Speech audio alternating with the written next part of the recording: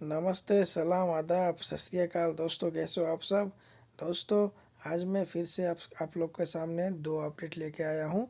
एक है रिलायंस के बारे में और दूसरा कोरोना के बारे में।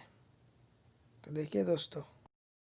भारत की अंबानी विदेशी आईपीओ के लिए फेसबुक समर्थित इकाई तैयार करती है। मुकेश अंबानी कथित तौर पर जियो प्लेटफॉर्म्स एलटीडी को एक आरंभिक सार्वजनिक पेशकश के लिए तैयार कर रहे हैं। 9:57 मई 27, 2020 महिला रिलायंस इंडस्ट्रीज की जेआईओ टेलीकॉम यूनिट के एक मोबाइल स्टोर के पीछे चलती है। रिलायंस इंडस्ट्रीज अपने डिजिटल और वायरलेस व्यवसाय की विदेशी सूची के लिए शुरुआती तैयारियों पर बैंकों के साथ काम कर रही है। चित्रा साभार, writer, Bloomberg Mumbai. Reliance Industries Limited अपने डिजिटल और वायरलेस व्यवसाय की एक विदेशी सूची के लिए प्रारंभिक तैयारियों पर बैंकों के साथ काम कर रही है।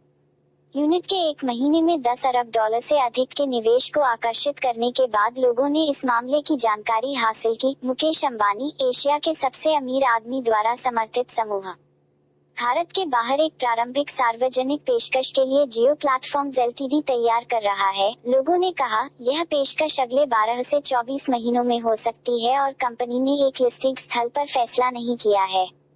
लोगों में से एक ने कहा, समयरेखा और आकार पर भी कोई अंतिम निर्णय नहीं है। लोगों के अनुसार, जिन्होंने पहचान न करने के लिए कहा क्योंकि विचार विमर्श निजी है। केकेआर एंड कंपनी पिछले हफ्ते अंबानी द्वारा Facebook Inc, Silver Lake Partners और जनरल अटलांटिक के साथ सौदों को सील करने के बाद जेआईओ प्लेटफॉर्मों में नवीनतम निवेशक बन गई है। एक विदेशी लिस्टिंग संभावित रूप से डिजिटल व्यवसाय को अधिक मूल्यांकन दे सकती है और मौजूदा निवेशकों को बाहर निकलने की अनुमति दे सकती है।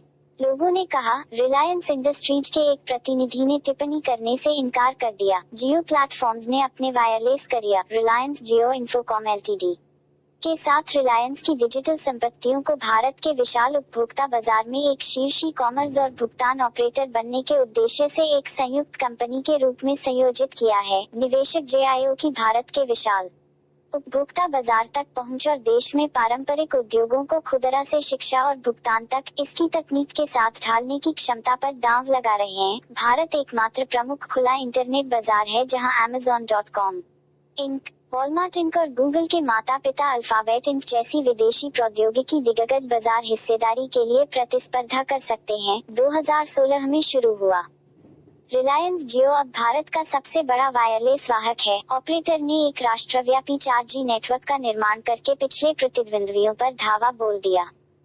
फिर पुराने नेटवर्क के साथ स्थापित प्रतिस्पर्धियों की कीमतों पर मुफ्त कॉलिंग और डेटा सेवाओं की पेशकश बिना पैसे खोए बिना मेल नहीं खा सकती थी। ब्लूमबर्ग न्यूज ने 2017 में बताया कि $31 अरब के निवेश की होड़ के बाद अंबानी 3 साल पहले रिलायंस जियो के आईपीओ का वजन कर रहे थे। इस वर्ष रिलायंस इंडस्ट्रीज के शेयरों में लगभग 5% की गिरावट आई है, जिससे समूह का बाजार मूल्य लगभग $120 बिलियन हो गया है। अब है दूसरा अपडेट।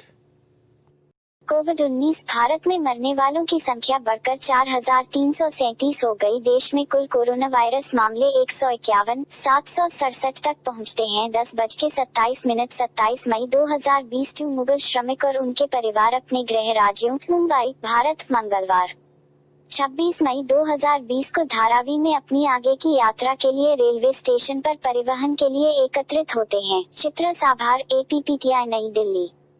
COVID-19 की वजह से मरने वालों की संख्या बढ़कर 4,337 हो गई और देश में कुल मामलों की संख्या बढ़कर 151,767 हो गई, जिसमें पिछले 24 घंटों में 170 मौतें और 6,387 मामले दर्ज किए गए हैं। यह कहा गया है कि सक्रिय कोरोना वायरस मामलों की संख्या 83,004 है, जबकि 64,425 लोग ठीक हो चुके हैं और एक मरीज पलायन कर चुका है। स्वास्थ्य मंत्रालय के एक वरिष्ठ अधिकारी ने कहा, इस प्रकार अब तक लगभग 42.45% मरीज ठीक हो चुके हैं। छवि क्रेडिट।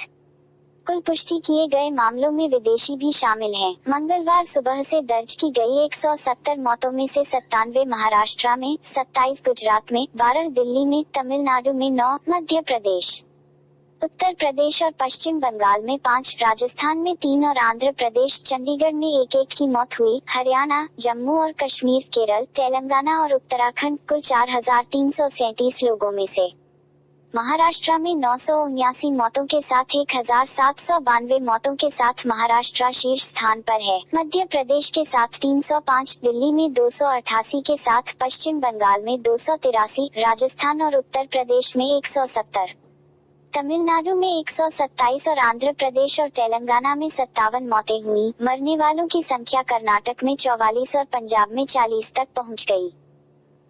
दोस्तों वीडियो अच्छी लगे तो लाइक और चैनल को सब्सक्राइब कर लीजिए।